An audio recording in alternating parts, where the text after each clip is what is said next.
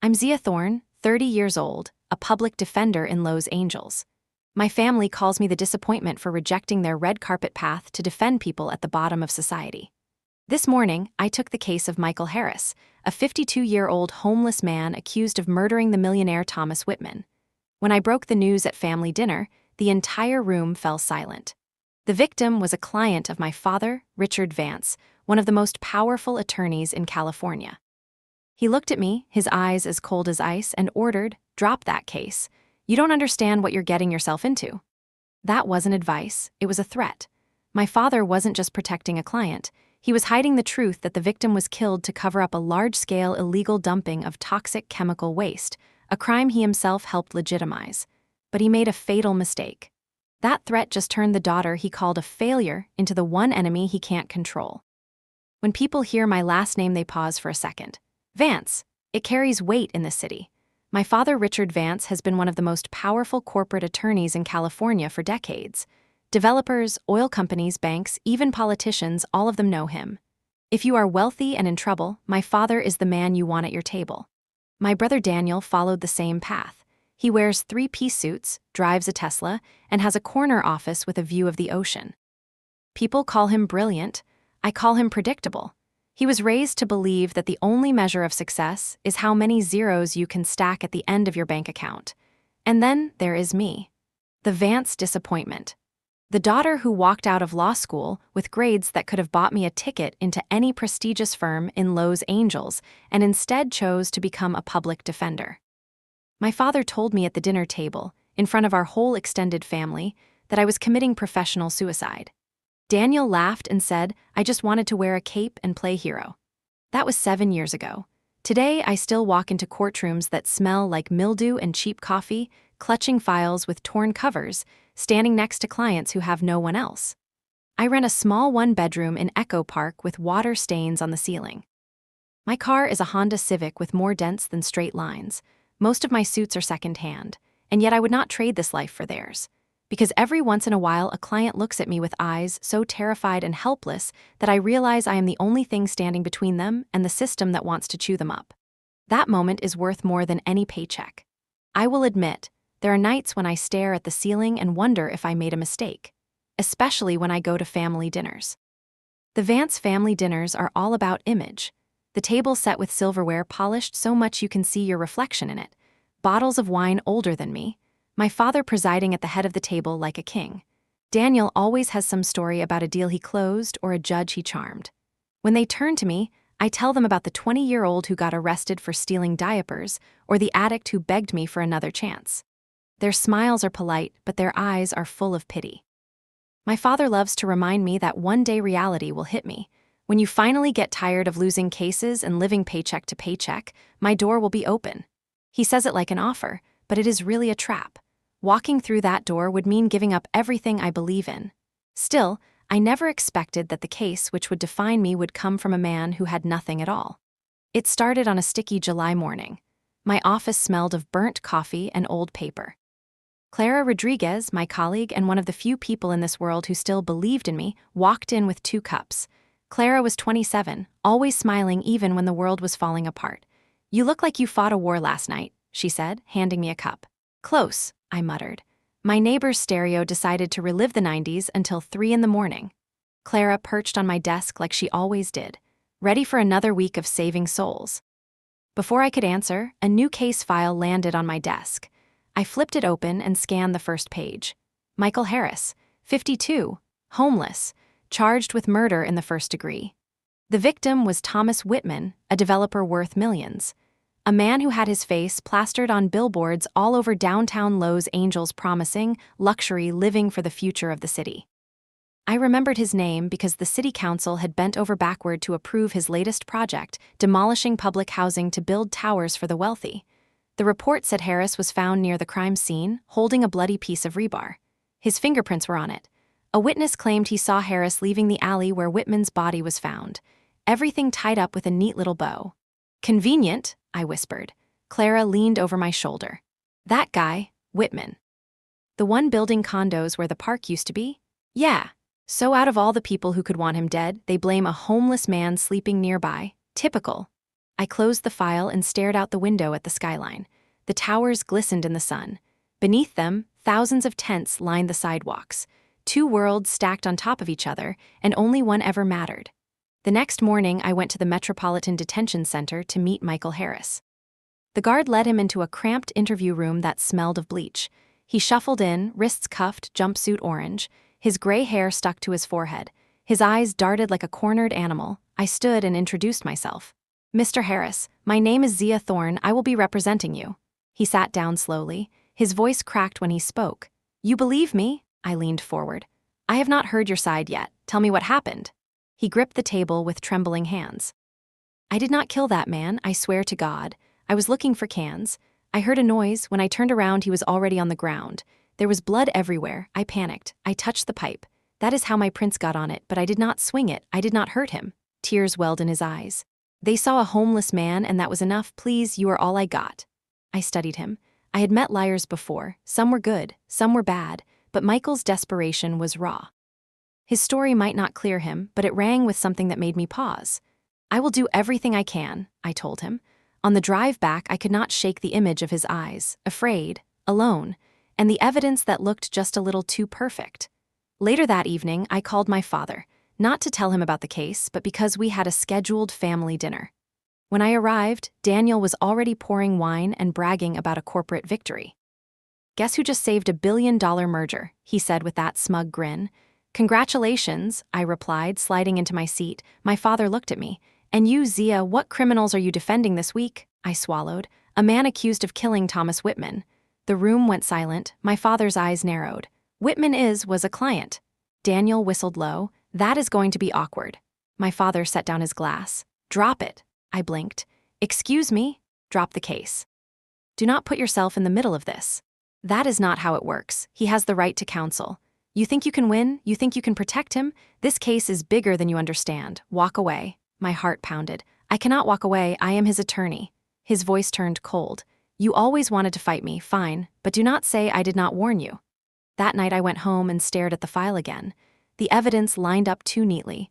The victim was too important. And my father's reaction was too strong. Something was wrong. I did not know what yet, but I was going to find out. And that was how it began. The morning after that dinner with my father, I woke up restless. I kept hearing his words in my head. "Drop it. Do not put yourself in the middle of this." He had never told me to step away from a case before. He usually laughed at my clients, mocked my work, but this was different. He looked almost scared. That alone made me dig in harder. At the office, Clara was already at her desk surrounded by stacks of files. She had the energy of 3 people and 2 pots of coffee.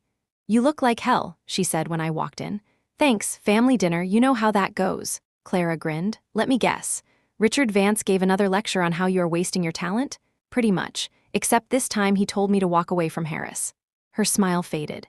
"Wait, why would he care about a homeless guy?" I dropped the case file on my desk. "Because the victim, Thomas Whitman, was one of his clients." She sat up straighter. "Well, damn, that explains a lot." I rubbed my temples. "It explains too much. It feels like they wanted someone disposable. Harris was in the wrong place at the wrong time. He makes the perfect scapegoat." Clara leaned forward. "So what do? We start digging." I spent the next few hours combing through the police report again. It read too clean. According to the report, a witness saw Harris leaving the alley with the weapon in hand. The bloody rebar had his prints. Motive? None. They argued it was random violence. That alone bothered me. Random violence usually does not involve perfectly timed witnesses and fingerprints on the weapon. In the afternoon, I visited the crime scene. The alley behind a closed nightclub still smelled faintly of bleach. A worker from the building next door leaned on a broom and watched me. "You looking for something?"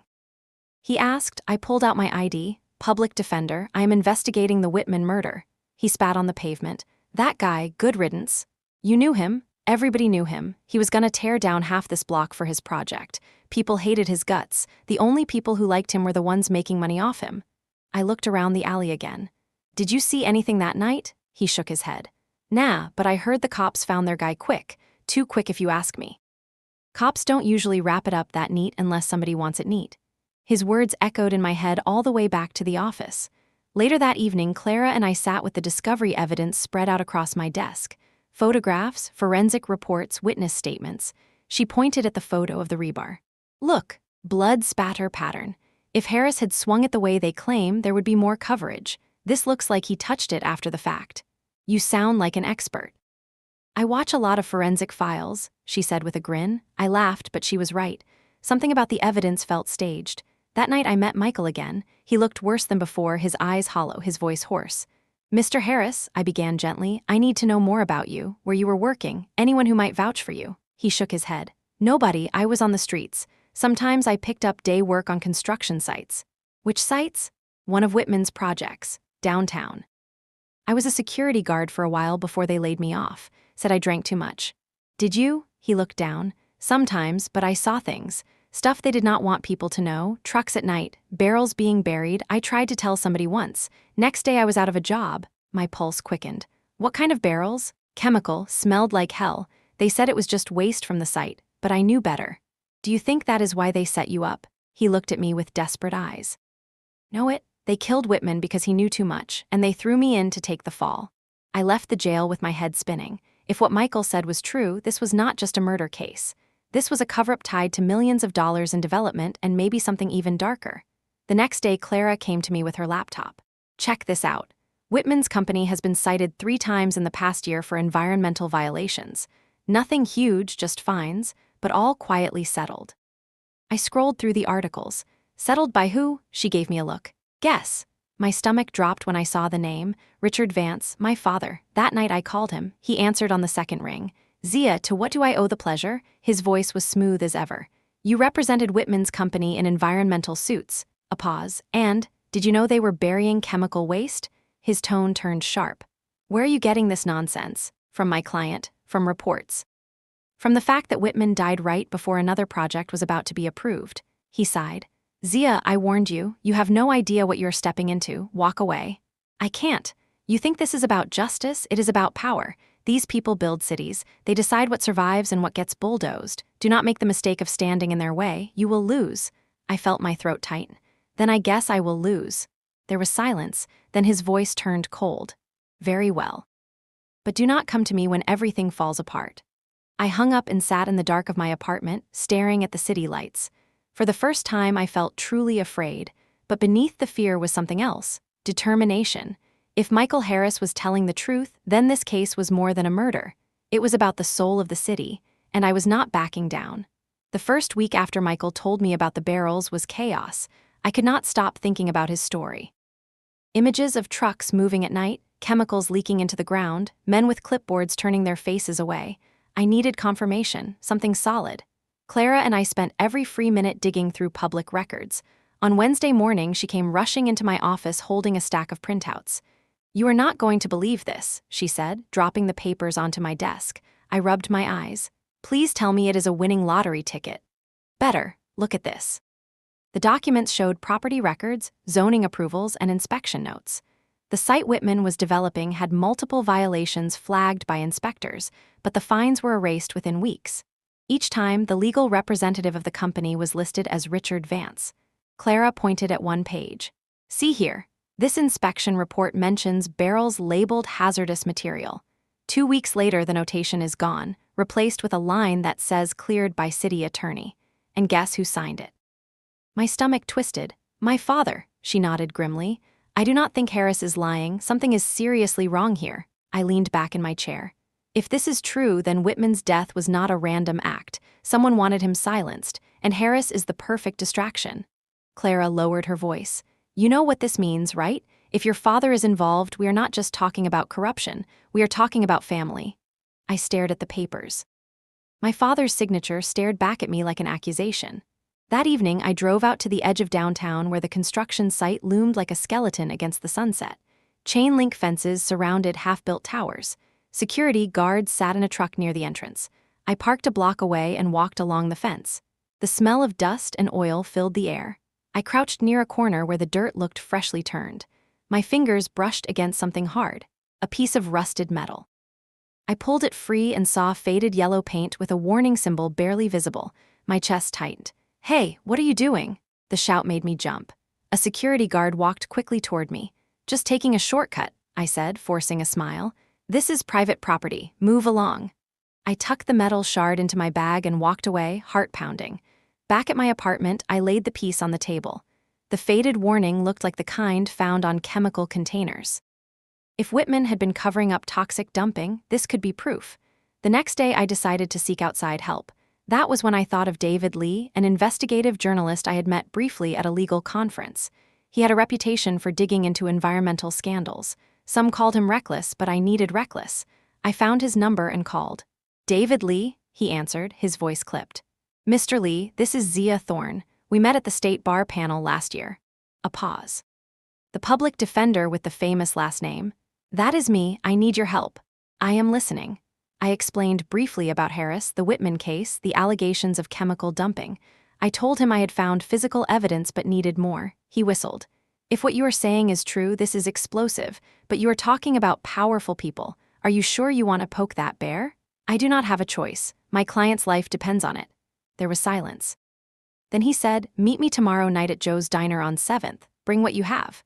The next evening, I slid into a booth at the diner. David arrived a few minutes later, tall, slightly unshaven, carrying a worn leather bag. His eyes scanned the room before settling on me. "You look nervous," he said. "Because I am." He ordered coffee and leaned forward. "Show me." I placed the rusted metal shard on the table wrapped in cloth. His eyes widened. "This is from a hazardous waste barrel." "Where did you get it?" "Near Whitman's site, buried in the dirt." He shook his head slowly. "Damn, that lines up with rumors I have been chasing for months. Trucks coming in at night, unregistered shipments, but I could not get anyone to go on record." "What about city inspectors?" I asked. "They are either bought or scared. Some of them resigned suddenly after visiting the site. One even moved out of state." "Can you prove it?" He looked at me with a mixture of excitement and warning. "Maybe. But if I dig deeper, my sources could be in danger, and so could you." I thought of Michael sitting alone in his cell. "Then we have to do it anyway." David studied me for a long moment, then he nodded. "All right, I am in."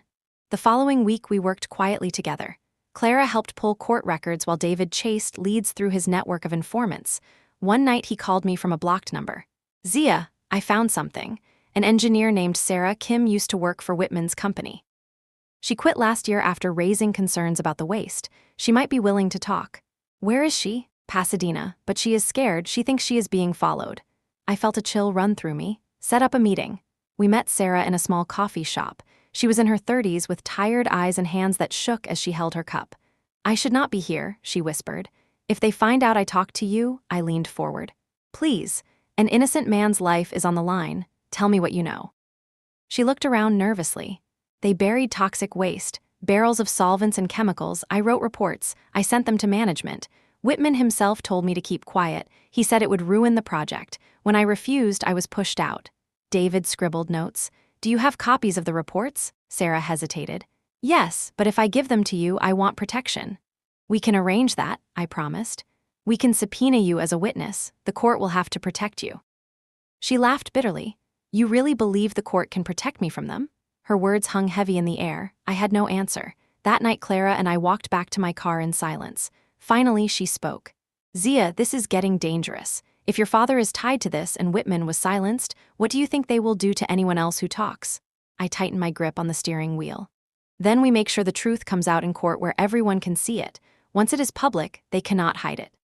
But even as I said the words, a knot formed in my stomach. Because deep down, I knew the Vance family always found ways to bury the truth. 2 nights later, I found a note slipped under my apartment door. No envelope, just a single sheet of paper. "Walk away or you will regret it." My hands trembled as I held it. Clara gasped when she saw it. "They know," she whispered. I burned the note in my sink. The ashes swirled down the drain. Fear sat heavy in my chest, but underneath the fear was fire. If they wanted me to walk away, that meant I was getting close, and I had no intention of stopping. The courthouse always smells the same: old wood, dust, and too much coffee. I have walked through those doors 1,000 times, but the morning of Michael Harris's preliminary hearing, my legs felt heavier than usual. The weight of the case pressed against me. My father's warnings, the threats, Sarah Kim's frightened eyes, all of it followed me down the hallway like shadows.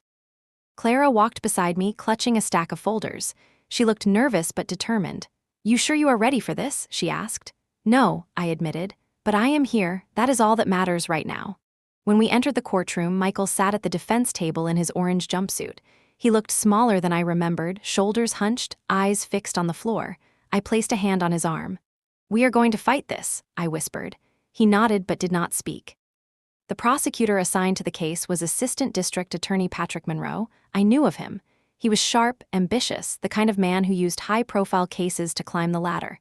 He greeted me with a polite smile that did not reach his eyes. "Zia Thorne," he said, "I have to admit I was surprised when I saw your name, taking on a murder trial of this magnitude. Brave move for a public defender." "Bravery has nothing to do with it," I replied. "It is called doing my job." His smile widened slightly. "We will see how long you keep that attitude." The judge entered and the hearing began.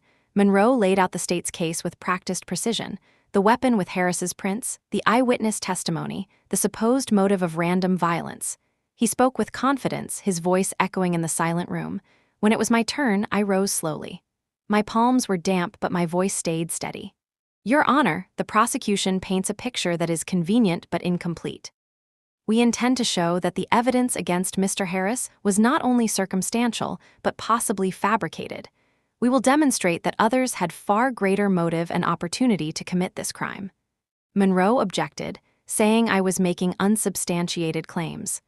The judge gave me a warning look, but allowed me to continue. I introduced the idea that Harris had previously worked for Whitman's company, that he had knowledge of unsafe practices at construction sites, and that his dismissal came right after he raised concerns. Monroe bristled, insisting those details were irrelevant. The judge ruled we could revisit them at trial. After the hearing, as I packed my files, Monroe approached again. "Careful, Vance," he said quietly so only I could hear. "Digging into Whitman's business will not end well for you. Stick to defending your client and leave the rest buried." I met his eyes. "You sound more like a defense attorney than a prosecutor." For the first time, his smile slipped. He turned on his heel and walked out. Outside the courthouse, David Lee waited with his notepad. He had promised to keep his involvement quiet, but I knew he would not stay silent forever. "How did it go?" he asked. "Monroe has his case lined up like a parade," I said, "but he is nervous, I can see it." "Good. Nervous means he knows you are onto something," I sighed. "It also means they will push back harder." That night I could not sleep. I paced my apartment, staring out at the glowing city. At 2 a.m, my phone buzzed. It was Clara. "Zia," she said in a trembling voice, "I think someone is following me." My stomach dropped. "Where are you?" "I left the office late. There was a black SUV behind me all the way to my street. When I pulled over, it did too. I drove around for 20 minutes before I finally lost it. Stay inside, lock your doors, I will come first thing in the morning." I barely slept. At dawn, I drove to Clara's apartment. She looked pale, dark circles under her eyes. "They know we are looking," she said. I put a hand on her shoulder. "That means we are getting closer." We sat down at her kitchen table and went through the files again.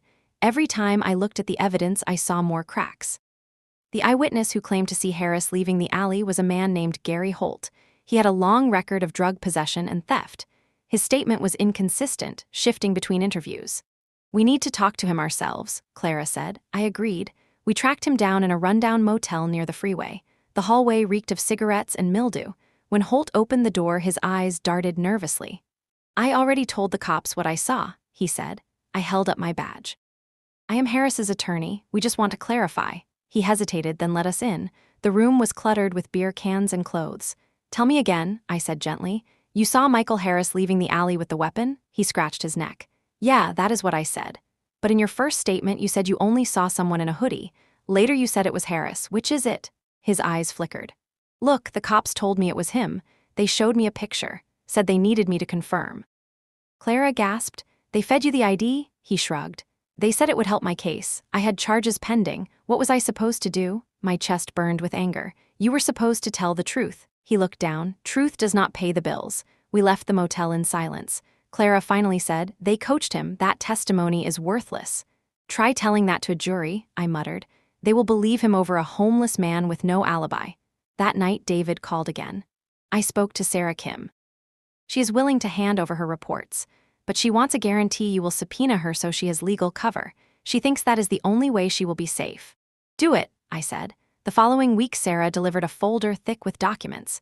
Internal memos, inspection logs, photos of barrels labeled with hazard signs. The evidence was damning. Whitman's company had knowingly buried toxic waste. The reports had been signed off by company lawyers. One signature stood out in bold ink: Richard Vance. I stared at the page until my vision blurred. My father's name in black and white, tying him directly to the cover-up. When I confronted him at his office, he looked at me with weary eyes. "You just cannot let it go, can you?" he said. "People are dying because of this," I snapped. "You signed off on poison in the ground, and now an innocent man is going to prison because you and your clients needed a scapegoat." His voice was calm, too calm. "Do you think the world runs on ideals, Zia?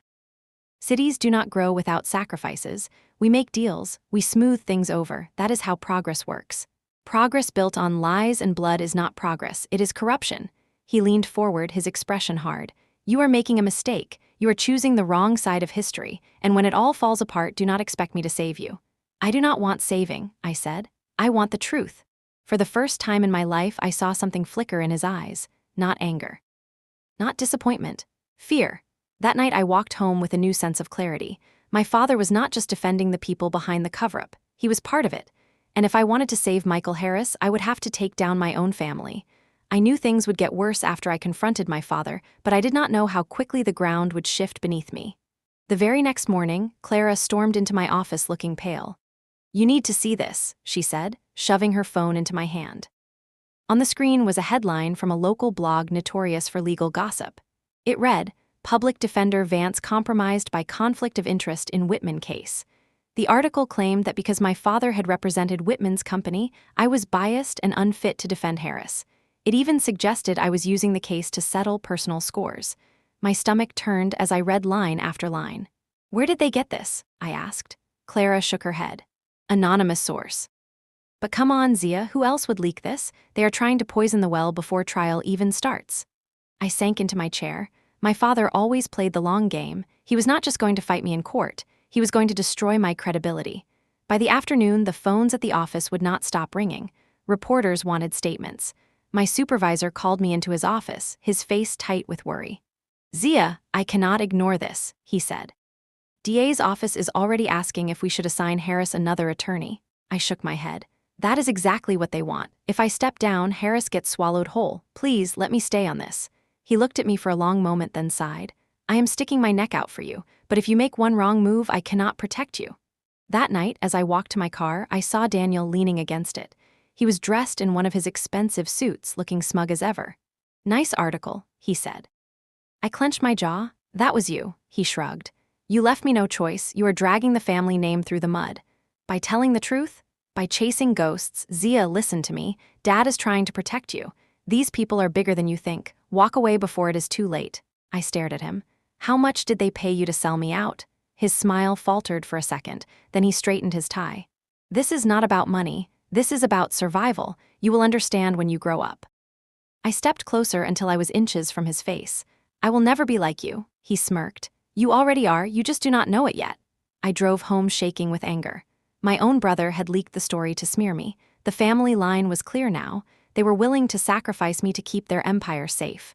The following week, Sarah Kim called me in a panic. "They broke into my apartment," she whispered. Her voice shook so badly I could barely understand her.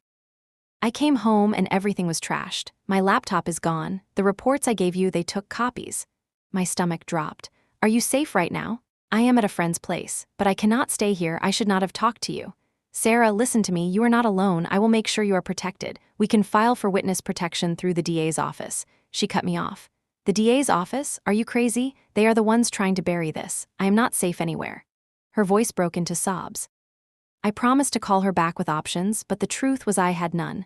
That night I called David Lee. "They are going after Sarah," I told him. He cursed under his breath. "I figured it would happen. We need to get her story on record before they silence her completely. I can interview her, publish it. Once it is public, they cannot erase it." She is terrified. She should be, but if she disappears without talking, this case dies with her. The next evening we met Sarah at a cheap motel near Pasadena.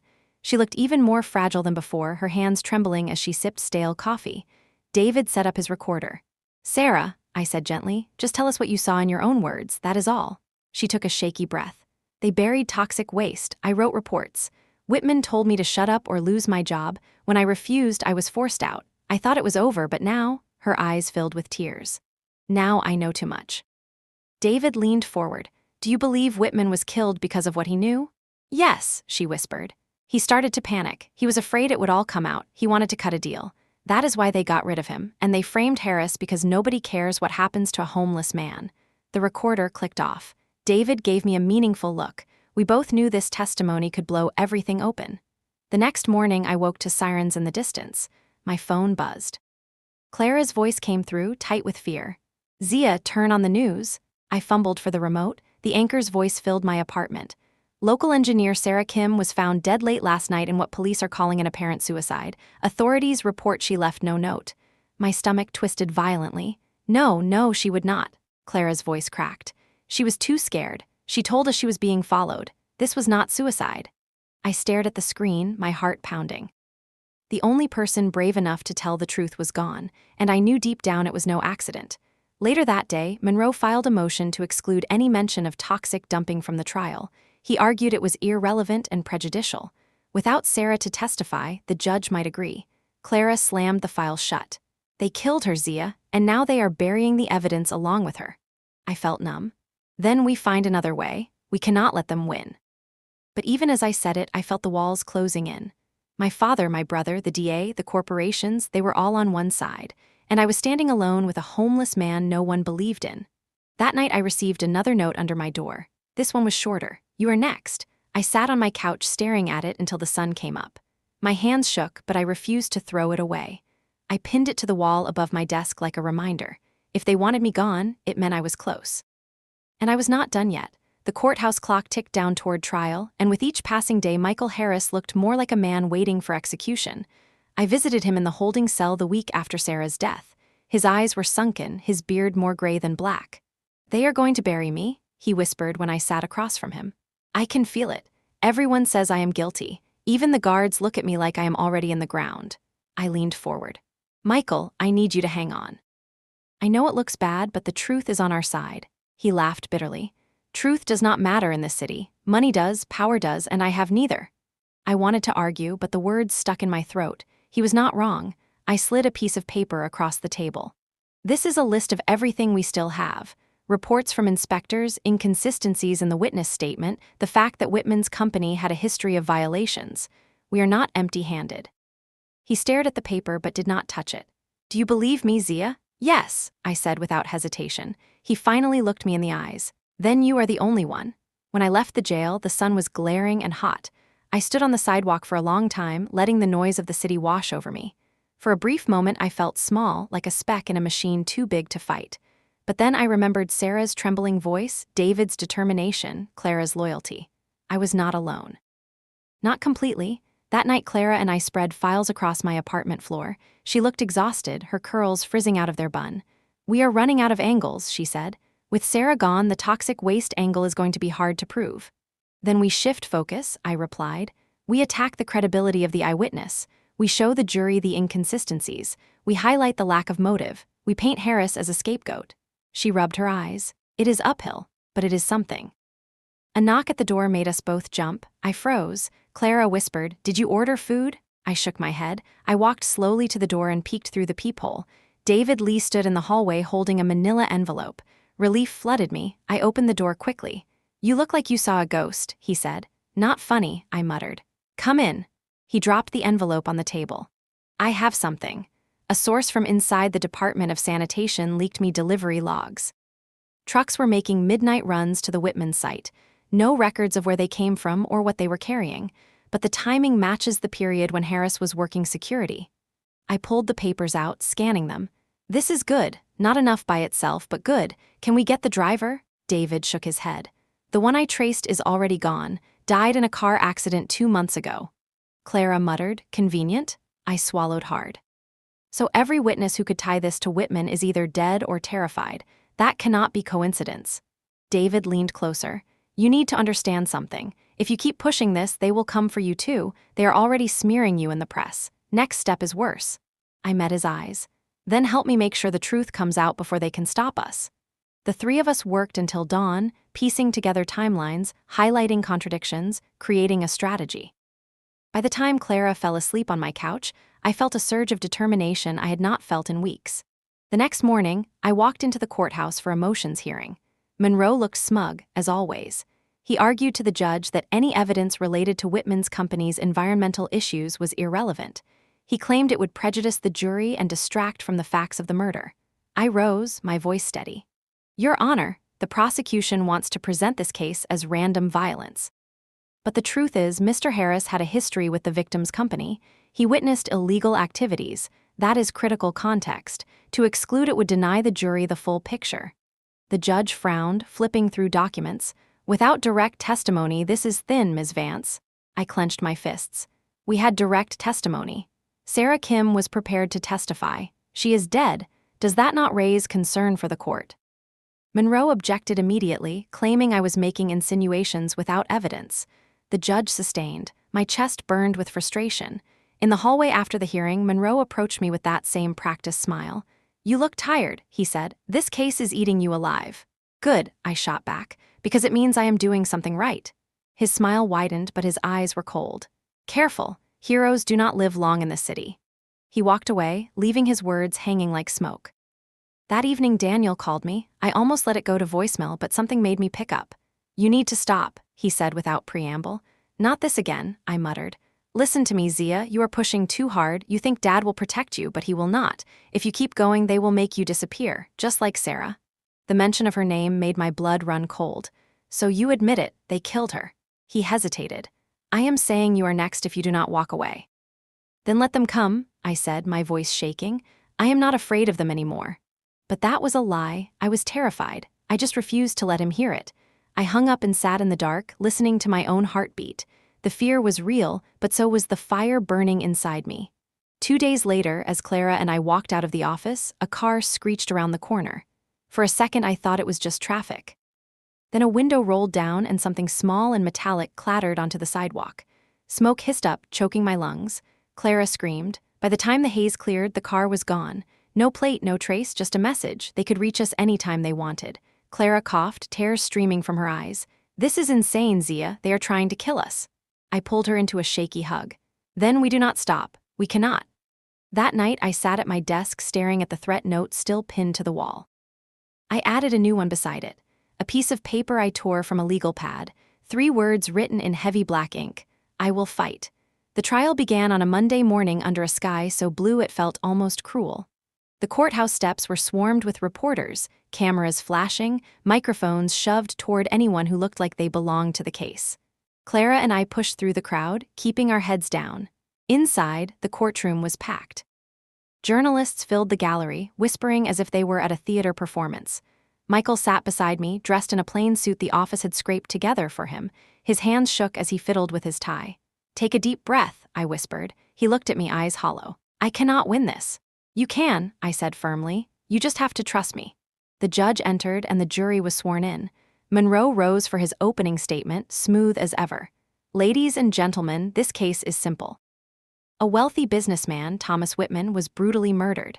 The defendant, Michael Harris, was found at the scene with the murder weapon in his hands.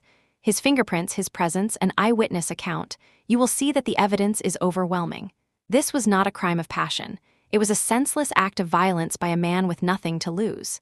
His words rolled over the jury like waves. He was good. Too good. When it was my turn, I stood and walked to the center of the courtroom. I looked at each juror, holding their eyes one by one. The prosecution wants you to believe this case is simple, but justice is never simple. Evidence can be misleading. Witnesses can be mistaken. And sometimes the truth is buried beneath convenience. Michael Harris is not a killer. He is a man without a home, without resources, and he has been made into a scapegoat. Over the coming days, we will show you why the story you have been told does not add up, and we will ask you to look deeper. I returned to my seat, my heart pounding. The first witness was the medical examiner who described Whitman's injuries in graphic detail. Monroe led the jury through photos of the crime scene. I forced myself not to flinch. Then came Gary Holt, the so-called eyewitness. He wore a wrinkled shirt and avoided eye contact. "Mr. Holt," Monroe began, "please tell the jury what you saw the night of July 12. Holt cleared his throat. "I saw that man," he pointed at Michael, "coming out of the alley. The pipe in his hand looked like it had blood on it." Monroe smiled. "And you are certain it was him?" "Yes." When it was my turn to cross, I walked slowly toward him. "Mr. Holt, you have been convicted of theft and possession, correct?" He shifted in his chair. "Yeah. And at the time you spoke with the police, you had pending charges, didn't you?" He swallowed. "Yes." "Those charges disappeared after you gave your statement, isn't that right?" Objection from Monroe. The judge allowed it. Holt squirmed. "They said they would help me out if I told the truth." The truth, I repeated. Yet in your first statement you said you saw someone in a hoodie, not Michael Harris. Then later, after meeting with police, you identified him. Which version is the truth? He stammered, eyes darting toward Monroe. Answer the question, I pressed. His voice cracked. I guess I am not sure anymore. A ripple went through the courtroom. The judge banged his gavel, warning the jury to disregard. But the damage was done. I caught a flicker of doubt on the jurors' faces. After court recessed, Clara grabbed my arm. You cracked him, they saw it. I exhaled shakily. One crack is not enough, we need more. That evening David met us in my apartment. He spread documents across my table. I dug deeper into the delivery logs, he said. One of the subcontractors listed is a shell company. No employees, no office, just a mailbox. Guess who set it up? I leaned over the paper. My breath caught when I saw the name. Daniel Vance, my brother. The room spun for a moment. Clara whispered, "Oh my God." David looked grim. He was funneling waste through fake companies. That ties him directly to the dumping. And if Whitman was about to blow the whistle, Daniel had every reason to keep him quiet. I sank into my chair. My own brother, he is part of this. David's voice softened. You know what this means, Zia. If you bring this into court, you are going to war with your family in public. I stared at the papers, my hands trembling. Then war it is. The next day in court, Monroe paraded forensic experts, all testifying that Harris's fingerprints on the weapon proved his guilt. When it was my turn to cross, I pushed hard. Doctor, if someone merely picked up the weapon after the fact, would their print still be there? Yes, the expert admitted reluctantly. And the blood spatter pattern, does it conclusively prove my client swung the weapon? No, it indicates contact, not necessarily the act of striking. I let the silence linger. Jurors shifted in their seats. Afterward, Michael leaned toward me, whispering, "They still think I did it. I can see it in their eyes." "Not all of them," I whispered back. "We just need one to believe you." But inside, I knew we needed more than one. We needed to shatter the entire story Monroe had built. And the only way to do that was to drag my brother's name into the light. That night I called him. He answered on the second ring. "Zia," he said coolly, "I wondered when you would call. You set up a shell company to funnel waste. I have the records." Silence, then a low laugh. "You always were stubborn. Do you think anyone will believe you over me, over Dad? I do not need them to believe me. I just need them to see the truth." His voice turned sharp. "If you bring me into that courtroom, I will destroy you. Whatever shred of credibility you have left will vanish." "Then destroy me," I said, "but I am not letting you bury another man to save yourself." I hung up before he could respond. My hands were shaking, but my decision was clear. Tomorrow, the jury will hear the name Vance. And once it was out there, nothing would ever be the same again. The morning of the 8th day felt heavier than the others. I stood in front of my mirror adjusting the lapels of my thrift store suit, but my hands would not stop shaking. The trial had already turned into a storm, but today I was about to step directly into the center of it. Today I would speak a name I had spent my whole life either defending or running away from. The name Vance. When I walked into the courthouse, the air felt different. Reporters swarmed like bees around the marble steps, their voices rising in waves. Some called my name, some hurled questions, others simply shouted into cameras. Clara walked close beside me, clutching the files we had worked on until dawn. She leaned in and whispered, "They know something is coming. You can feel it." Inside, the courtroom buzzed like a theater before curtain call. Every seat in the gallery was filled. The press pool had claimed the back rows, notebooks open, microphones poised. The jury filed in with stiff faces, eyes darting curiously between the prosecution table and Michael sat at my side, hunched in his suit, hands trembling, lips pressed so tightly they looked white. The judge called us to order. Monroe began by parading another detective to the stand, methodically walking through the chain of custody for the bloody rebar. He spoke with practiced rhythm, the kind that lulled jurors into nodding along. I barely heard him. I was focused on the folder in front of me, the documents inside that could set everything on fire. When it was finally my turn, I rose. My legs felt heavy, but my voice came out steady. "Your Honor, the defense requests to introduce new evidence regarding the victim's business practices and associates." Monroe was on his feet immediately. "Objection. This is irrelevant. We are here to try a murder, not to conduct a fishing expedition into corporate affairs." I held the folder higher. "The state insists this was a random act of violence by my client. We intend to show it was not random at all. The victim was part of an ongoing illegal operation. He was about to expose it. That gave powerful people motive to silence him and frame someone else. This goes directly to the heart of the case." The judge frowned. Proceed with extreme caution, Ms. Vance, but proceed. I turned to the jury. I could feel their eyes drilling into me. My throat tightened, but I forced the words out. The victim, Thomas Whitman, was not simply a developer. He oversaw construction sites where hazardous waste was buried illegally. That waste was moved through a shell company with no employees, no offices, nothing but a mailbox. And the man behind that company is my own brother, Daniel Vance. The words hung in the air like a thunderclap. Gasps erupted in the gallery. Reporters scribbled furiously. A woman in the back actually shouted, "What?" The bailiff had to call for order. Monroe's face went red. "Objection, Your Honor, this is outrageous. The defense is slandering her own family in a desperate attempt to confuse the jury." The judge slammed his gavel. "Order! Order in the court. Ms. Vance, you had better have documentation." I nodded, my hands trembling as I handed copies of the filings and logs to the clerk.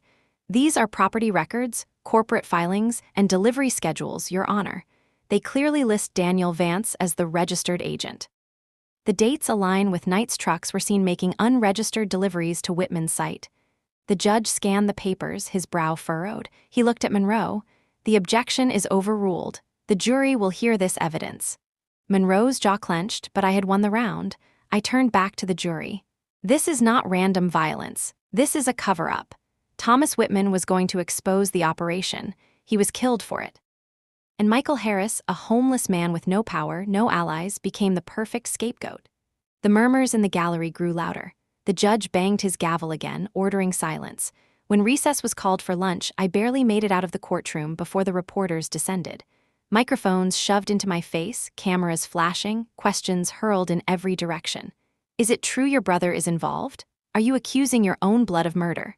Does your father know about this?" Clara shielded me as best she could, but the chaos was overwhelming. Then, through the crowd, I saw them. My father and Daniel standing like statues near the marble steps. Their presence cut through the noise like a blade. I pushed past the reporters until I stood face to face with them. My father's jaw was tight, his eyes sharp as glass. Daniel looked pale, his hands jammed into his pockets, his smirk thinner than usual. Richard Vance spoke first, his voice low but dripping with venom. "What have you done, Zia?" "I told the truth," I said, though my throat was dry. "You humiliated this family in public. You dragged your brother's name into the mud in front of the entire city. You buried the city in poison," I snapped back. "You signed off on lies, you defended monsters and called it progress. Do not talk to me about humiliation." Daniel stepped forward, sneering. "You have no proof. A few papers and conspiracy theories. That will not stand up in court." I looked him dead in the eye. "Then why do you look so nervous?" His eyes flickered just long enough to betray him. My father noticed too. His glare cut toward Daniel, then back at me. "This is your last chance," he hissed. "Walk away, drop this case. If you do not, you will lose everything. Your career, your safety, maybe even your life." My heart pounded, but I did not look away. "Then so be it. I am not afraid of you anymore." The reporters surged forward, catching pieces of our exchange. Cameras flashed like lightning. My father's face hardened, Daniel's smirk faltered, and I walked away with Clara gripping my arm. Back in my office later that afternoon, David arrived, his bag slung over his shoulder, eyes alive with both excitement and dread. "You just set the city on fire," he said. "Every outlet in Los Angeles is running with your words. Daniel's name is all over the headlines already." "Good," I whispered, though my stomach churned. David sat across from me, leaning forward. "You understand what comes next, don't you? Your family will come at you with everything they have. They will not just fight in court. They will go after your reputation, your friends, maybe even your safety." Clara, still shaken, chimed in from the couch. "They already tried to scare us off. What if the next message is not a smoke bomb or a note? What if it is a bullet?" I rubbed my temples. My head throbbed. "We cannot stop now. If we stop, Michael is finished. And so is every person they have hurt." We pushed forward.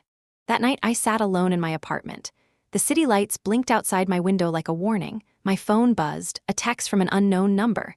"You will regret dragging your family into this." I stared at it for a long time, then pinned it beside the other threats on my wall. My hands shook, but my resolve burned stronger. Later, when I finally slept, I dreamed of Sarah Kim. She was standing in a dark alley, her hands covered in dirt. She whispered, "Do not let them bury me." I woke with tears on my cheeks and a fire in my chest.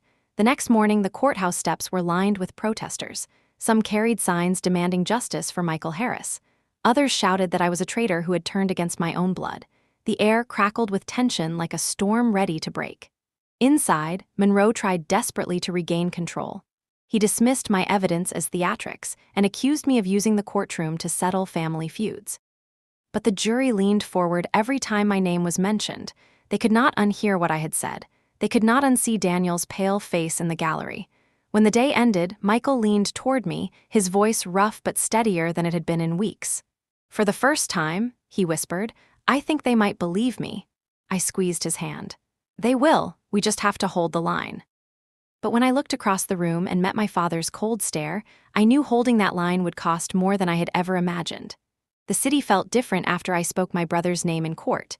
It was as if the streets themselves carried whispers. People stared at me in the coffee line, at the grocery store, in the courthouse halls. Some with admiration, some with pity, many with contempt. Overnight, I had gone from anonymous public defender to the lawyer who turned against her own blood. The trial pressed on, heavier each day. Monroe doubled his aggression, hammering at every weakness he could find. He painted me as reckless, desperate, biased because of my family ties. Every objection I raised, he tried to twist into proof that I was unfit. But the jury was listening. I could see it in their eyes. When I spoke, they leaned forward. When Monroe spoke, they leaned back. Doubt had been planted, and I was watering it with everything I had. One morning, as Clara and I walked through the courthouse doors, a man broke from the crowd of protesters. He held a sign that read "Traitor to your own family," and he screamed, "You will burn for this," before the deputies pulled him back. Clara grabbed my arm, her fingers digging in. "They are not just angry," she whispered. "They are unhinged." I forced myself to keep walking, but my chest tightened with fear. Inside, the prosecution called a financial analyst to testify about Michael's so-called motive. They argued that he resented Whitman because he had been fired, that he had nothing to lose, that his homelessness made him dangerous. The analyst spoke coldly about statistics, about violence and poverty, as if reducing Michael's entire life to a line graph. When it was my turn to cross, I stood tall. "Mr. Reynolds, you are not a psychologist, correct?" "No." "You have never met my client, correct?" "No." "Yet you sit here and tell this jury you can explain why he supposedly snapped one night and killed a man he barely knew?" He faltered. "I was simply explaining." "Explaining nothing," I cut in. "You are here to paint a stereotype, to tell the jury that being poor and homeless makes someone violent. That is not evidence. That is prejudice." The jury's eyes hardened. Monroe objected, but the damage was done. That evening, Clara and I worked late at the office. Around midnight, she walked me to my car, both of us too tired to speak. The parking lot was nearly empty, our footsteps echoing. When I unlocked my door, a sharp crack split the air. Glass shattered above my head. "Get down!" Clara screamed. We dropped behind the car as another shot rang out, pinging off the asphalt. My heart hammered so loud I could barely hear. Then tires screeched. A black sedan peeled out of the lot and vanished into the night. Clara's hands shook as she clutched my arm. "They tried to kill you. Zia, they are not just threatening anymore, they are done playing games." I sat on the cold pavement, my breath ragged. Fear coursed through me, but beneath it, rage burned hotter than ever. "Then they just proved my point. They are guilty, and they are desperate." The police came, took statements, promised an investigation, but I saw the way they avoided my eyes. They would file a report and nothing more. Too many of them were tied to the same machine my father oiled. When I finally made it home, I found a voicemail waiting. My father's voice filled the room. "This has gone far enough, Zia. If you continue, you will not survive it. You think you are fighting for justice, but you are just tearing yourself apart. Walk away while you still can." I sat in the dark, listening to his words over and over until the voicemail cut off. For the first time in weeks, I let myself cry, not out of fear, but out of grief. Grief for the father I once believed in, the man who had taught me to argue, to fight, to stand tall. That man was gone. What remained was someone I barely recognized. The next morning, David met us at the diner where we sometimes planned strategy. He looked haggard, eyes rimmed with red. "You are in deeper than I thought," he said. "That shooting was not random. I talked to a source who said a certain developer's security team has been running side jobs for years. Intimidation, cleanups, accidents." "Who?" I pressed. He shook his head. "If I say it out loud, it could get both of us killed. Just know this, you rattled them in court. Naming Daniel put a target on your back. They will not stop until you are silenced." Clara slammed her coffee cup down. "Then we go louder. We take it to the jury, to the press, to the people. If everyone is watching, they cannot erase it." David looked at me, waiting. I nodded slowly. "She is right. They want silence. We give them noise." Back in court, I began weaving Daniel's name into every question, every cross-examination. I asked officers whether they had investigated anyone connected to Whitman's business. I asked why no other suspects had been considered despite Whitman's enemies. Each time Monroe objected, the jury's curiosity grew. The more he tried to shut me down, the more it looked like he had something to hide. At night, though, the cost was clear.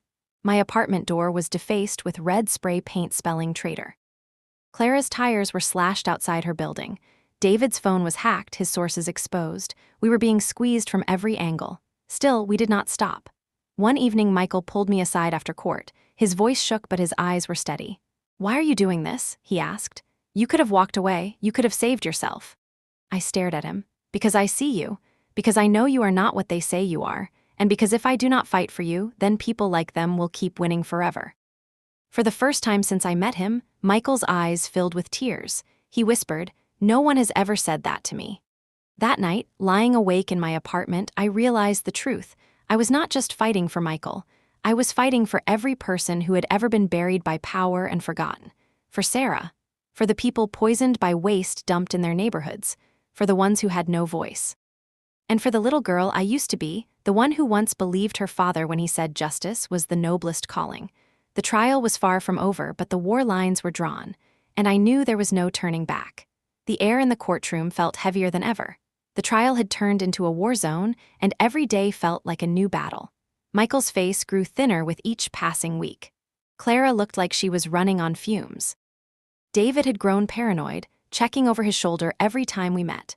And me? I barely recognized the woman in the mirror anymore. The shadows under my eyes were permanent, and the fire inside me burned so hot it kept me awake night after night. The morning of the 10th week began with Monroe calling another police officer to the stand, a detective named Warren who had processed the crime scene. His testimony was rehearsed and precise. He described finding Michael crouched near Whitman's body, holding the rebar. He described the bloody fingerprints. He described Michael's so-called confession, which in reality had been nothing more than Michael saying, "I touched it, but I didn't do it." When it was my turn to cross, I walked to the witness stand slowly, deliberately. "Detective Warren," I began, "how many hours had you been on duty when you processed that scene?" He frowned. "About 12. 12 hours." "And how many crime scenes had you processed that week?" He shifted in his chair. "Several. Would you say you were tired?" Monroe objected, but the judge allowed me to continue. "Yes, I was tired," Warren admitted. "And is it possible you missed something, some detail?" "No," he said firmly. I leaned closer. "Then explain why the initial report lists 2 sets of footprints in the alley, but the final report mentions only 1. Where did the second set go?" His face reddened. "That must have been an error." "An error or an edit?" the jury murmured. Monroe tried to shut me down, but I could see doubt blooming again. When recess came, I stepped into the hallway and nearly collided with a woman I had never seen before. She was small, thin, her hair tucked into a messy bun. She grabbed my sleeve. "You're Zia Thorne?" "Yes," I said cautiously.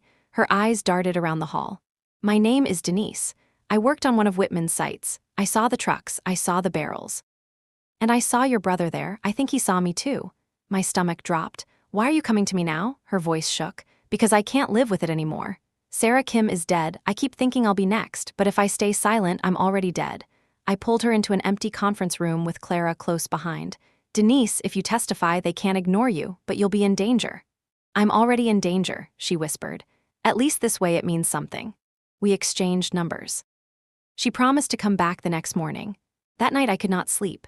I paced my apartment, thinking of Sarah, of the barrel shard still sitting on my shelf, of the note that said, "You are next." If Denise took the stand, it could save Michael, but it could also cost her life. The next morning, I waited outside the courthouse for her. Minutes passed, then an hour, no sign of Denise. I called her phone again and again. No answer. Finally, a text arrived from an unknown number. "She won't be coming." My knees nearly buckled. Clara caught me before I fell. "They got to her," she whispered. I clenched my fists until my nails cut my palms. Rage surged through me like fire. If Denise was gone, then the only way forward was through the people still standing. That afternoon, I made the riskiest move of my career. I filed a motion to subpoena Daniel Vance himself. The courtroom erupted. Monroe protested, the judge looked stunned, the gallery exploded in whispers. "You want to call your own brother to the stand?" the judge asked, disbelief clear in his voice. "Yes, Your Honor. He is directly tied to the shell company used to funnel Whitman's waste. His testimony is essential, Monroe sputtered. This is a stunt, nothing more. It's an attempt to smear the Vance family name for personal gain. The judge studied me for a long moment. If you can lay a proper foundation, I will allow it. But you are treading dangerous ground, Ms. Vance.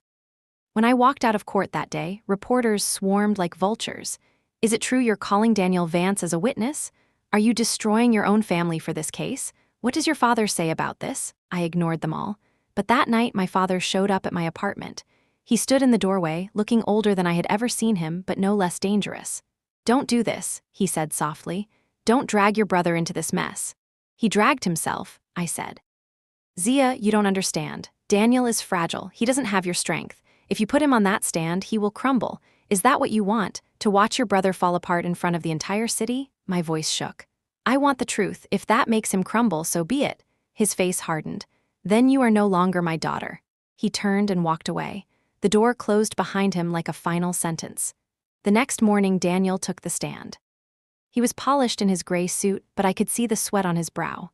Monroe guided him gently at first, asking about our family, about his career. Daniel smiled, confident, until it was my turn. I approached slowly, each step echoing in the silent courtroom. Mr. Vance, I began, you are the registered agent for a company called Silverpoint Logistics, correct? His jaw tightened. Yes. And that company has no employees, no office, no equipment, just a P.O. box. It's a holding company. For what? For investments. I lifted a document. Then why do delivery logs show Silverpoint trucks arriving at Whitman's site at 2 a.m, carrying unlisted cargo? He shifted in his chair. I don't know anything about that. Do you deny signing the corporate filings? He hesitated. I signed what my lawyers put in front of me. And who were those lawyers? His eyes flickered toward the gallery, where my father sat stone-faced. My father's firm, Daniel whispered. Gasps rippled through the room. I pressed harder. So your company funneled shipments to Whitman's site, shipments that contained barrels of hazardous waste, and your father's firm approved the paperwork. Are you telling this jury you knew nothing about it? Daniel's face reddened. I am telling you I didn't kill anyone. I didn't ask if you killed anyone, I said, my voice sharp. I asked if you knowingly signed off on an operation that buried poison in the ground and set the stage for Whitman's death. He slammed his hands on the witness box. You think you're better than us? You think you're some hero? You're just tearing this family apart. The judge banged his gavel, calling for order, but it was too late. The jury had seen it. The cracks, the panic, the truth bleeding through the performance. When court adjourned, the gallery erupted with reporters shouting, flashes popping, chaos breaking. Michael turned to me, eyes wide, a spark of hope for the first time. Clara squeezed my hand until my knuckles hurt, but across the aisle my father stood, his expression carved from stone. He looked at me not as a daughter, not even as an enemy. He looked at me as if I were already dead.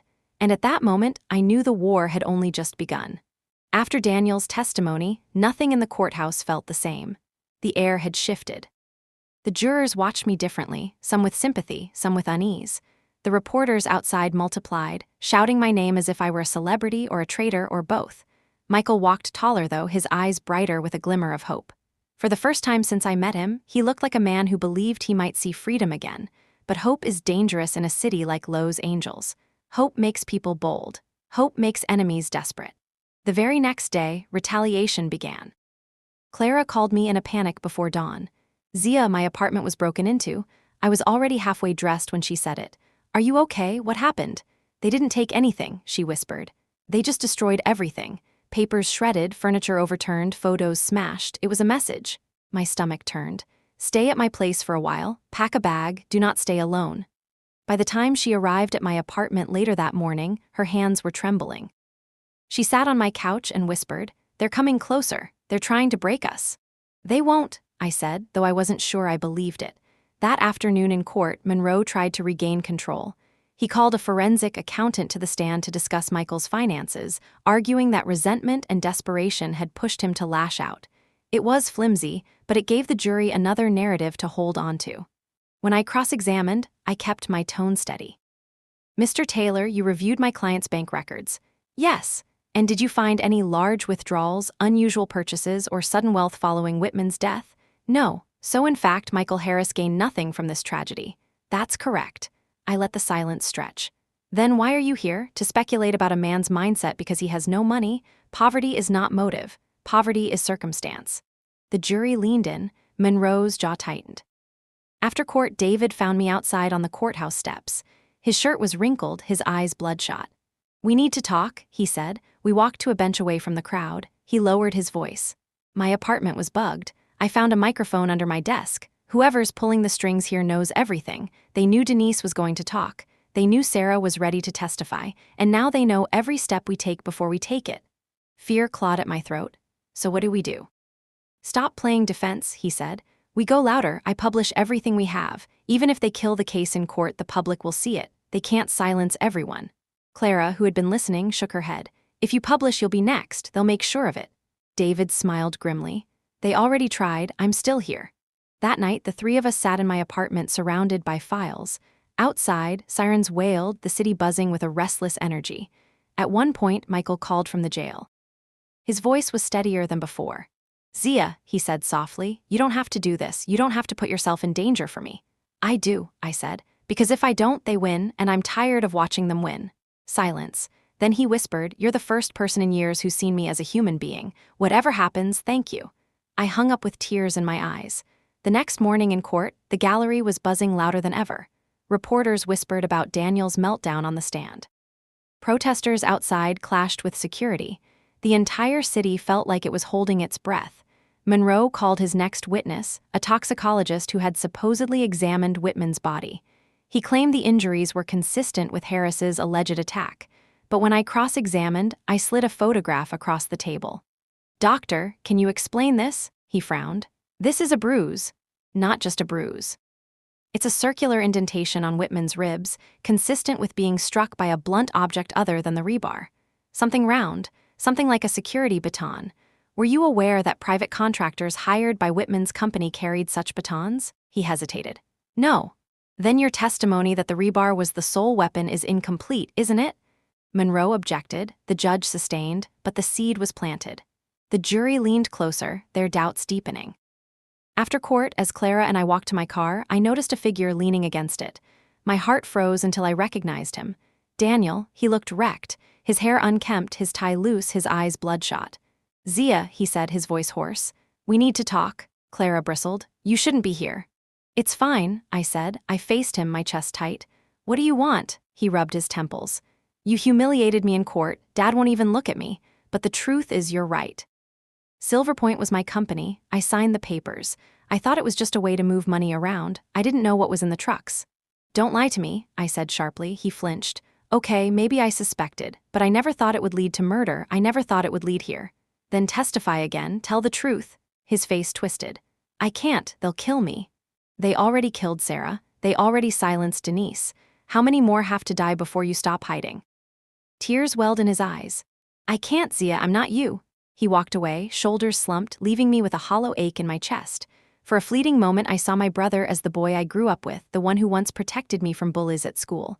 Now he was just another casualty of my father's empire. That night, as Clara and I returned to my apartment, we found the door ajar. My heart slammed. We stepped inside slowly. The place was ransacked. Files shredded, books torn, photos smashed. And on the wall, scrawled in red paint, were 3 words, "Stop or die." Clara grabbed my arm. "Zia, this is it. They're telling you they won't warn you again." I stared at the words, my chest tight, fear and fury swirling inside me. Then I whispered, "Good, let them come, because I'm not stopping." The red letters stayed on my wall for 2 days before the landlord painted them over. I almost wished he had left them. Every time I looked at the fresh coat of white, I could still see the words bleeding through in my mind.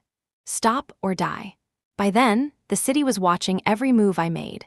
News vans camped outside the courthouse, anchors breathlessly reporting on the public defender who turned against her family. Protesters swarmed the steps, some chanting my name like I was a savior, others screaming that I was a traitor. The air buzzed with tension, like Lowe's Angels itself was waiting for the verdict, as if the city's soul was on trial along with Michael Harris. Inside the courtroom, Monroe was desperate to regain control. He hammered at the jury with charts, statistics, and expert witnesses who spoke with confidence but not conviction. I could feel the cracks widening. The more he tried to steer attention back to Michael, the more obvious it became that something bigger was at play. But cracks weren't enough. I needed an explosion. That came on a Thursday morning in the form of a visitor I never expected. I was in my office with Clara, going through the wreckage of what was left after the break-in. Papers taped back together, files pieced from memory, notes scribbled in the margins. My eyes felt like sandpaper, my body running on caffeine and adrenaline. A knock sounded on the door. Clara jumped. "Don't," she whispered. "It could be them." I opened it anyway. A man stood there, tall, unshaven, wearing a jacket that had seen better days. His eyes were haunted but clear. "Are you Zia Thorne?" he asked. "Yes," I said warily. "My name is James Carter. I was Thomas Whitman's driver." The air left my lungs. "Come in." He stepped inside, glancing nervously at the hallway before I shut the door. "I should have come sooner," he muttered. "But I was scared. I saw what happened to that engineer, to the other girl. I figured I'd be next." "What do you know?" I asked, trying to keep my voice steady. His hands shook as he pulled a small notebook from his jacket. "Whitman kept notes. Meetings, deliveries, everything. He made me drive him to those late-night rendezvous. I think he knew they were dangerous. I think he kept this in case something happened to him." I took the notebook with trembling hands. Pages filled with neat handwriting. Dates, times, addresses, names. My heart pounded when I saw them. Silver Point Logistics. Daniel Vance. Richard Vance. Clara gasped. "This is it. This is the missing link." James lowered his voice. "The night before he died, Whitman told me he was going to the DA. He said he couldn't carry it anymore. He said if anything happened, the truth was in this book. And then, well, the next day, he was dead." I stared at him. "Why now?" "Because I can't live with it," he whispered. "I drove him to his death. I left him in that alley, and they pinned it on a man who had nothing to do with it. I won't be part of it anymore." For the first time in weeks, hope felt solid, tangible. This was more than a crack. This was dynamite. The next morning in court, I called James Carter to the stand. The gallery buzzed like electricity. Monroe objected furiously, accusing me of ambush tactics, but the judge allowed it. James walked slowly to the witness box, his shoulders hunched, his voice quiet but steady. "Mr. Carter," I began, "can you tell the jury how you knew the victim?" "I was his driver. For 6 years." "And what did you witness during that time?" His eyes flicked nervously toward the gallery where my father sat in silence. "I witnessed late-night deliveries. Barrels unloaded at construction sites, names on paperwork that didn't match real companies, men in suits giving orders, men named Vance." Monroe leapt up. "Objection, hearsay." The judge shook his head. "The witness may continue." James pulled the notebook from his pocket. "This was Whitman's. He made me promise to keep it safe. It's got everything, dates, deliveries, names." I took the notebook, my hands trembling, and held it up for the jury. "This is not speculation. This is not rumor. This is Whitman himself documenting the very operation that got him killed." The jury leaned forward, eyes locked on the little black book. Monroe looked like he wanted to tear it from my hands. When court adjourned, the gallery erupted into chaos. Reporters shouted questions, cameras flashed, protesters screamed. Through the storm, I felt Michael's hand touch mine. "Is this it?" he whispered. "Am I going home?" I swallowed hard. "It's the beginning of the end." But that night, I learned how high the cost would be. David burst into my apartment, his face pale. "They know about Carter. They're coming for him. He can't stay in his apartment. He can't stay anywhere." Clara slammed her fists against the table. "First Sarah, then Denise, now Carter. We can't let them kill another witness." I nodded, my pulse racing. "Then we protect him ourselves. We keep him close until he testifies again." The three of us drove across the city, through alleys and side streets, until we found Carter waiting under a flickering streetlight, clutching a duffel bag. His eyes darted everywhere. "They know," he whispered. "I saw a car following me." "Get in," I said. That night we hid him in Clara's cousin's basement, the four of us huddled together, exhaustion heavy in our bones. Outside, sirens wailed, helicopters buzzed, and Lowe's angels pulsed with restless energy. I sat awake long after the others fell asleep, staring at the little black book in my lap. Whitman's handwriting, his warnings, his fear. It was like he was speaking to me from beyond the grave. Don't let them bury me too. The next morning in court, I placed the notebook on the defense table where the jury could see it. Monroe looked like he was about to explode. My father sat stone-faced in the gallery, his gaze fixed on me like ice. Daniel was nowhere to be seen, and I realized then, with a chill that cut through my spine, my family wasn't just defending themselves anymore. They were cornered, and cornered animals are the most dangerous of all. The day James Carter failed to show up in court felt like the floor had been pulled from under me. The morning started like any other in this endless trial. I put on my best suit, pressed until the seams were sharp, though it still smelled faintly of smoke from the glass that shattered in my kitchen 2 nights before. Clara walked beside me into the courthouse, holding her binder so tightly I could see the strain in her knuckles. David trailed just behind us, his camera bag slung over his shoulder, though I knew it held more files than film. The courthouse steps were a storm. Protesters shouted louder than ever. Signs waved in the air, some reading "Justice for Harris," others screaming "Traitor Vance." Reporters swarmed like vultures, microphones thrust toward me, cameras flashing so bright I could barely see. "Ms. Vance, is it true your witness has gone missing?" one shouted. I kept walking. My chest was tight. My heart already knew the answer. Inside, the courtroom buzzed with anticipation. The jury looked restless, leaning forward as if they too had heard the rumors. Monroe stood tall, his hair slicked back, his tie perfectly straight, and his smirk sharper than any blade. My father sat in the gallery, stone-faced, a silent monarch watching his kingdom hold its breath. When the judge called the session to order, Monroe rose. His voice was calm, smug, dripping with false respect. "Your Honor, the prosecution moves to strike the testimony of James Carter. He has failed to appear this morning, and his whereabouts are unknown." Without cross-examination, his words are nothing more than hearsay. The gallery erupted with whispers. The jurors looked at me, waiting, expecting. My pulse roared in my ears. I stood, clutching the edge of the table. "Your Honor, Mr. Carter came forward at great personal risk. If he is missing, it is not because he fled, but because he is in danger. Striking his testimony rewards those who silenced him." Monroe shook his head with mock sadness. "Or perhaps, Ms. Vance, your so-called witness was a liar who got cold feet. Perhaps he realized the weight of perjury." I wanted to scream, but I forced my voice steady. "Thomas Whitman's own notebook corroborates Mr. Carter's words. The dates, the deliveries, the names. His absence does not erase the truth he carried." The judge looked torn. Finally, he said, "The motion is denied for now. The jury will weigh Mr. Carter's credibility.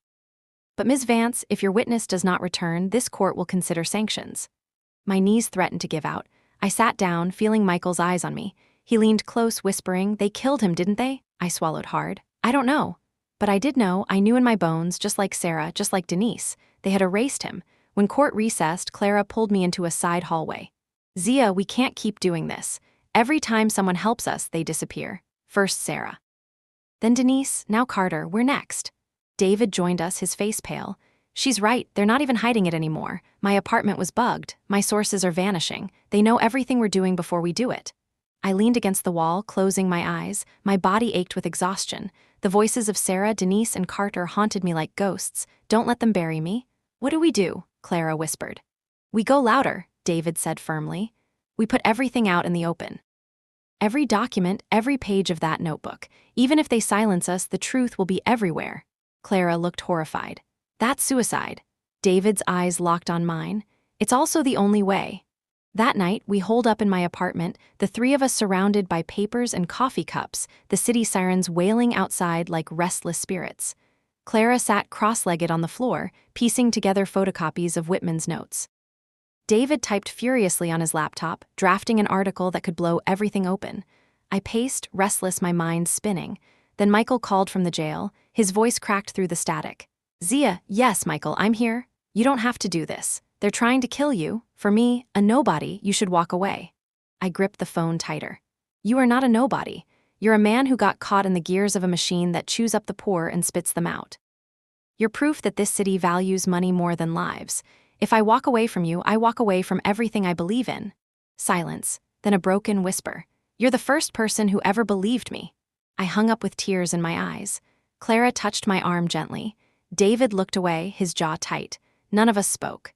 The next morning in court, Monroe called another witness, a city inspector who claimed all violations at Whitman's sites had been cleared. But when I cross-examined him, I pulled out Whitman's notebook. "Do you recognize this?" I asked. He blinked. That's Whitman's handwriting. And do you see your name here? A note dated 3 months before Whitman's death. It says, Inspector Evans paid off, cleared site, no questions asked." The man paled. I don't recall. You don't recall being bribed? You don't recall signing off on dangerous waste?" Objection, sustained, but the jury had seen his face. They had seen the fear. Another crack. When court adjourned, the gallery exploded. Reporters screamed, cameras flashed, protesters clashed with security. I walked out into the chaos, Clara clutching my arm, David shielding me from the crowd. And then I saw him, Daniel. He stood near the steps, his suit rumpled, his eyes bloodshot. He looked like a man unraveling. When he caught my eye, he beckoned. Clara hissed, "Don't," but I walked toward him anyway. "You humiliated me," he said, his voice low and raw. "Dad doesn't even look at me anymore, but you were right. Silver Point was mine. I signed the papers. I thought it was just money. I didn't know about the barrels." "Yes, you did," I said. Tears welled in his eyes. "Maybe I suspected, but I never thought it would end in murder." "Then tell the truth in court." His whole body shook. "If I do, they'll kill me." "They already killed Sarah, Denise, Carter. How many more, Daniel?" His face crumpled. "I can't. I'm not you." He turned and walked away, swallowed by the crowd. That night when Clara and I returned to my apartment, the door hung open. My stomach dropped. Inside, everything was destroyed again. Files ripped to shreds, photographs smashed, furniture overturned. And on the wall in dripping red paint were 3 words: "Stop or die." Clara covered her mouth, sobbing. David stood frozen, his fists clenched. I walked to the wall and touched the letters. My fingers came away sticky with fresh paint. I whispered, "Then kill me, because I will not stop." The silence in the room was deafening. The ghosts of everyone we'd lost pressed around us. Sarah, Denise, Carter, their voices whispering through the red letters. "Don't let them bury us." I turned to Clara and David. My voice was steady, even as my heart raced. "It's time." We put my father on the stand. Clara's eyes widened. "Zia, that's suicide." "Maybe," I said, "but it's also the truth, and it's the only way to end this." That night, I lay in bed staring at the ceiling. I thought about my father teaching me how to read legal briefs when I was 12, his voice warm with pride. I thought about him at the dinner table, telling me that justice was about strength. I thought about the way he looked at me in court as if I were already dead. And I whispered into the darkness, "Then let's see who is stronger, Dad." When I closed my eyes, I dreamed of fire. The morning I put my father on the stand, the city felt like it was holding its breath. The courthouse was surrounded by reporters, their microphones reaching like claws, cameras flashing in bursts so bright I could barely see. Protesters crowded the steps, chanting, screaming, some waving signs with my name painted across them, others carrying posters of my father like he was a saint. The air smelled of sweat, asphalt, and anger. Clara and David walked beside me, silent. Their faces were pale, drawn tight with fear. When we passed through security, Clara leaned close and whispered, "Once you do this, there's no way back." "There's no way back already," I said. My voice didn't shake, but inside my chest was a storm. When we stepped into the courtroom, I saw him, Richard Vance, my father. Sitting tall in his tailored suit, silver hair perfectly combed, every inch the legend he had been for decades. He looked at me once, just once, and in that moment it was as if I were 12 again, clutching a brief he had given me, desperate for his approval. But I wasn't 12 anymore. I was 30, and I was about to put him under oath. The judge called us to order. Monroe tried one last time to block me. "Your Honor, this is outrageous, forcing a daughter to cross-examine her father." The judge cut him off. "Mr. Vance has been named in testimony, documents, and exhibits. The defense may proceed." The bailiff swore him in. My father placed his hand on the Bible with a calmness that made my stomach twist. "I swear to tell the truth, the whole truth, and nothing but the truth." I stood, my legs steady though my heart pounded like a drum. "Mr. Vance," I began, my voice clear, "you are a senior partner at Vance and Holloway Law, correct?" "Yes," he said smoothly. "And your firm represented Whitman Development for over a decade?" "Yes." "And during that time, your firm signed off on environmental reports, safety clearances, and zoning applications?" "Yes." Each yes was a blade twisting in my gut. I lifted Whitman's notebook, holding it high. "This notebook contains dates and names that match documents your firm filed.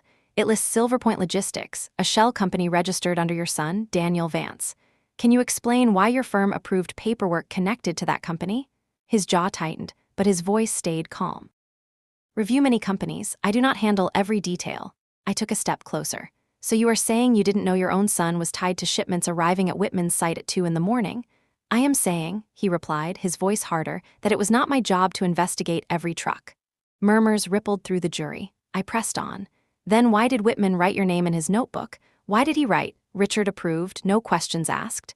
For the first time, my father hesitated. It was slight, a flicker in his eyes, but I saw it. The jury saw it. Monroe objected, but the judge waved him off. "Answer the question," I said, my father's gaze locked on mine. The courtroom vanished for a moment. It was just us, father and daughter, mentor and student, judge and accused. Finally, he said, "Whitman exaggerated. He wanted protection. He thought invoking my name would shield him." "Is that what Daniel thought when he signed the filings?" I asked. The gallery gasped. My father's mask cracked just for a second before he recovered. "Daniel is not on trial," he said coldly. "No," I replied, my voice sharp. "Michael Harris is a man with nothing, a man accused because he was easy to blame, while you, your son, and your client buried poison under the city. Tell me, Mr. Vance, who benefits more from Whitman's silence, a homeless man, or a corporation with billions on the line?" Monroe shouted in objection. The judge banged his gavel, calling for order, but the jury's eyes were locked on my father. They had heard the truth. My father leaned forward, his voice low, his eyes burning into mine.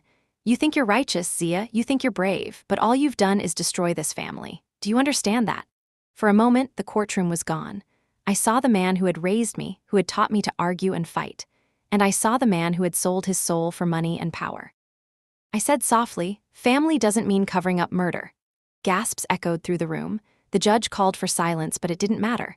The line had been drawn. When I finally sat down, my hands trembled under the table. Clara squeezed my knee, her face pale but proud. David scribbled furiously in his notebook. Across the room, Michael looked at me like he was seeing the sun for the first time. And my father, he sat there, mask cracking, eyes burning with rage and betrayal. When court adjourned, the gallery exploded into chaos. Reporters shouted, cameras flashed, protesters screamed. Security pushed us through the crowd, but over the noise I heard a single voice, sharp and cold. "You will regret this." I turned. My father was standing just beyond the bailiff's line, his eyes locked on mine. For the first time in my life, he wasn't disappointed in me. He wasn't proud of me. He wanted me gone. That night, in the safety of my apartment, Clara whispered, "You just declared war on your own blood." I stared out the window at the city lights, the weight of the day pressing down on me. My hands still shook, but my voice was steady.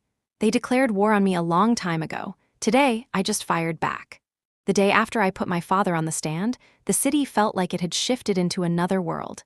Every news outlet in Los Angeles plastered my face next to his. Headlines screamed about the daughter who had turned on her father, the legendary Richard Vance. Some called me a hero, others called me a traitor. Talk shows dissected every second of my cross-examination. Clips of my words played on loop. Family doesn't mean covering up murder. On the courthouse steps, protesters chanted my name while others cursed it. I walked through them with Clara and David flanking me like bodyguards. My chest was tight, but my stride was steady. If they wanted me broken, they weren't going to see it. Inside the courtroom, the jury watched me with new eyes. I saw respect, even awe, flickering in some of their faces, but also pity and fear. They knew what I had done went beyond law. It went into blood. Monroe was a different animal now. Gone was his smug confidence. He was feral, snapping at every question, objecting at every turn, his voice sharp with desperation. He knew the jury had felt the cracks in my father's testimony. He knew momentum was slipping away, but desperation makes men dangerous. That night after court, Clara, David, and I returned to my apartment. We barely spoke, just collapsed into chairs, too drained to think. Around midnight, Clara went into the kitchen for tea. A second later, she screamed. I rushed in to find her standing rigid, staring at the counter. A knife lay there. Not mine. A long blade, polished, gleaming under the light, stuck into a cutting board. And beneath it, a note written in thick black marker. "You were warned." David grabbed the knife with a towel and cursed it under his breath. "They were inside while we were here." Clara's voice shook. "How? The lock's the door?" "Inside," I whispered. My stomach turned to ice. "They want us to know they can reach us anywhere, anytime." We called the police. They showed up, filed a report, and left as quickly as they came. The officer's eyes avoided mine. He knew, just like I did, that nothing would come of it. That night I couldn't sleep. Every creak of the apartment, every shadow in the hallway made my heart lurch. I sat on the couch with Whitman's notebook in my lap, staring at the pages until the words blurred. I thought about Sarah, about Denise, about Carter, about Daniel unraveling in public, about my father's eyes burning into me on the stand, and about Michael Harris, alone in a cell, depending on me to survive this storm. By dawn, my decision was clear. If they were going to kill me, then I would make damn sure my voice was the last thing they heard. The next morning in court, I rose and announced to the judge, "The defense will be calling Michael Harris to testify in his own words." Gasps rippled through the gallery. Monroe jumped to his feet. "Your Honor, the defense is exploiting sympathy. The defendant's testimony is unreliable." The judge silenced him. "Mr. Harris may testify. Proceed." Michael walked to the stand, his shackles removed, his suit hanging loose on his thin frame. For the first time, the jury saw him not as a mugshot, not as a headline, but as a man. I approached slowly, my voice soft. "Michael, tell us who you are." He swallowed, his voice shaking but steady. "My name is Michael Harris. I'm 49 years old. I used to be a carpenter. I built cabinets, staircases, and furniture. I loved working with my hands." I nodded. "And what happened?" "My wife got sick," he whispered. "Cancer, the bills drained everything. I sold the tools, sold the truck. After she died, I couldn't keep up with rent. I ended up on the street." Silence filled the room. Even Monroe stayed quiet. "Michael," I said softly, "did you kill Thomas Whitman?" His eyes filled with tears. "No, I found him. I was walking through the alley looking for cans to recycle. He was already on the ground. There was blood. I touched him because I thought maybe I could help." And the cops came, and they saw a homeless man with blood on his hands and decided the case was closed. His voice broke. They didn't care who he was, they just cared that I was nobody. Gasps spread through the jury. One woman wiped her eyes. I stepped closer. "Michael, why didn't you fight harder at the beginning?" "Because no one ever believes us," he said quietly. "People like me, poor people, homeless people, we're invisible until someone wants to blame us. Then suddenly, we're the whole story." The courtroom was silent except for his trembling breath. Even the judge looked shaken. Monroe cross-examined with fury, trying to paint Michael as bitter, unstable, dangerous. But the damage was done. The jury had seen him as human. When court adjourned, I walked with Clara and David through the swarm of reporters. For the first time, I didn't feel like prey. I felt like someone who had cracked the machine wide open. That night, though, the city reminded me who held the power. We had just returned to my apartment when headlights flooded the window. A car screeched to a stop outside. Before I could react, gunfire erupted. Glass shattered, bullets tore through the walls, Clara screamed, David dragged us to the floor. My ears rang, my body shaking with terror. Then silence. Tires screeched. The car was gone. We sat in the dark, breathing hard, shards of glass glittering around us like stars. Clara's face was pale, streaked with blood from a cut on her cheek.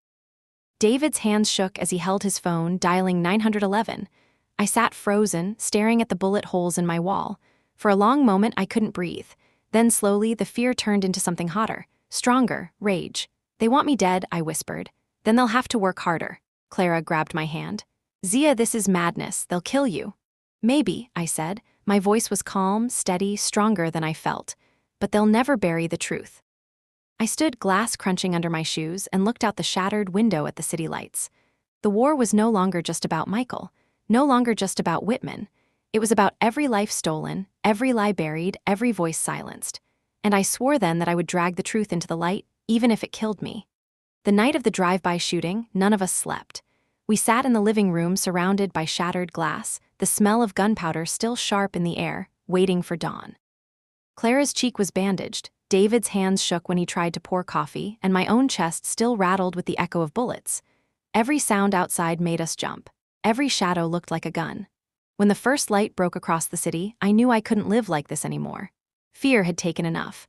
They had silenced Sarah, Denise, Carter. They had tried to erase Michael. Now they were trying to erase me. And if I let them, everything we had fought for would vanish into the dark. By the time we walked into court, the decision was made. I was going to burn everything down. The gallery was louder than ever, the crowd split between people chanting my name and people cursing it. Reporters filled the aisles, cameras flashing in bursts. The jury looked tense, their faces pale, their eyes darting between me and Monroe as if waiting for a war to erupt. The judge called us to order. Monroe immediately rose. "Your Honor, the defense has turned this trial into a circus. Fabricated witnesses, unreliable evidence, theatrics. I will move again for a mistrial." The judge sighed. "Motion denied, proceed." It was my turn. I stood, holding Whitman's notebook in my hands. It felt heavier than ever, as if the ghosts of everyone lost were pressing against it. I walked to the center of the courtroom, every eye locked on me. "Ladies and gentlemen of the jury," I began, my voice steady, "you have heard testimony from experts, from police, from my father himself. You have seen evidence twisted to fit a story, you have seen witnesses vanish, and you have heard Michael Harris tell you who he is, not a killer, not a monster, but a man who was invisible until he was convenient to blame." I opened the notebook, pages crackling. "This is Thomas Whitman's voice. These are his words. He wrote them because he knew his life was in danger. He wrote them because he knew the truth would be buried with him unless he left a trail."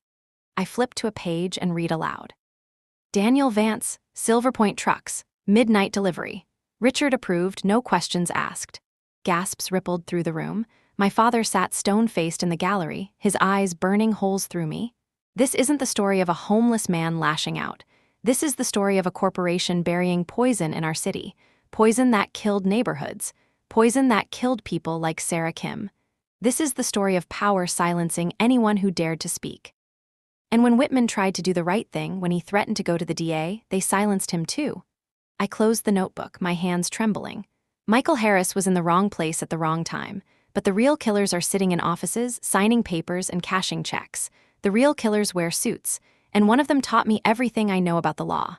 The gallery erupted. Protesters shouted, reporters screamed, the judge pounded his gavel. The jury leaned forward, eyes wide, breaths caught. When order returned, Monroe rose for cross-examination.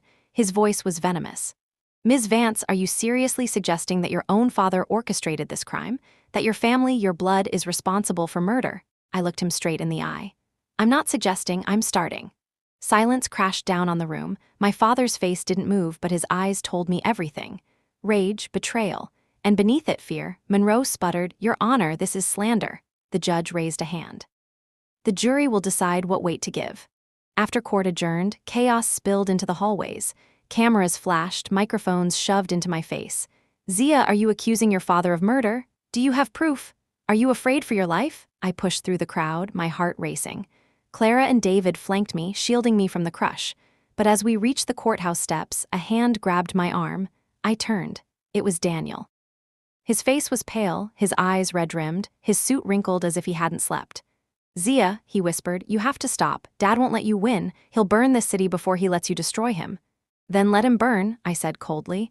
"I'm done being afraid." He shook his head. "You don't understand. He's not just our father anymore. He's tied to people you can't touch, people who won't hesitate." I stared at him, my chest aching. "Then tell the truth, save yourself. Save what's left of this family." His eyes filled with tears. He opened his mouth, then closed it, shaking his head. "I can't." He turned and disappeared into the crowd, leaving me with the hollow ache of a sister who had lost her brother long before this trial ever began. That night, David published his article online. Every word of Whitman's notebook, every connection we had pieced together, every name tied to the cover-up. By morning, it was everywhere. The story spread across the city like fire, across the country like a storm. Public outrage exploded. Protesters filled downtown by the thousands. News anchors called for a federal investigation. Politicians scrambled to distance themselves from Whitman's empire. For the first time, the machine was cracking in public, but with every crack came danger. Threats poured in, phone calls, emails, letters slid under my door. Some begged me to keep going. Others promised I wouldn't live to see the verdict. I sat awake in my apartment, staring at the city skyline glowing red under the smog. Clara sat beside me, silent, her hand gripping mine. David dozed in a chair, his laptop open, the article still glowing on the screen. I whispered into the night, "This ends with me, one way or another." Because the trial was no longer just about Michael Harris. It was about my father. It was about the empire he had built on lies. It was about a city poisoned for profit. And tomorrow, I will stand in that courtroom again.